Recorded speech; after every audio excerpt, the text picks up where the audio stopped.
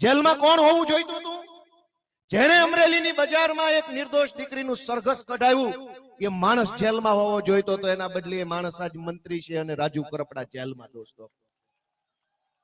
દોસ્તો જેલમાં કોણ હોવું જોઈતું હતું? દોસ્તો જેલમાં કોણ હોવું જોઈતું હતું? ધારી બગસરાની એક દીકરીને ડ્રગ્સના દૂષણની અંદર ફસાવનાર ભાજપનો એ લફંગો જેલમાં હોવો જોઈતો તો અમરેલી. પણ એ માણસ જેલમાં નથી. શું કામ? કે તમામ કાળા કામ કરનારા, તમામ હલકા કામ કરનારા, તમામ ગેરકાયદેસરના કૃત્ય કરનારા લોકોને ભાજપનું છે ને રક્ષા કવચ મળેલું છે. ગળામાં ભાજપનું રક્ષા કવચ પહેર્યું. લોકેટ, તાવીજ, ભાજપનું તાવીજ ગળામાં પહેરીને બળાત્કાર કરે તો કંઈ થાય નહીં.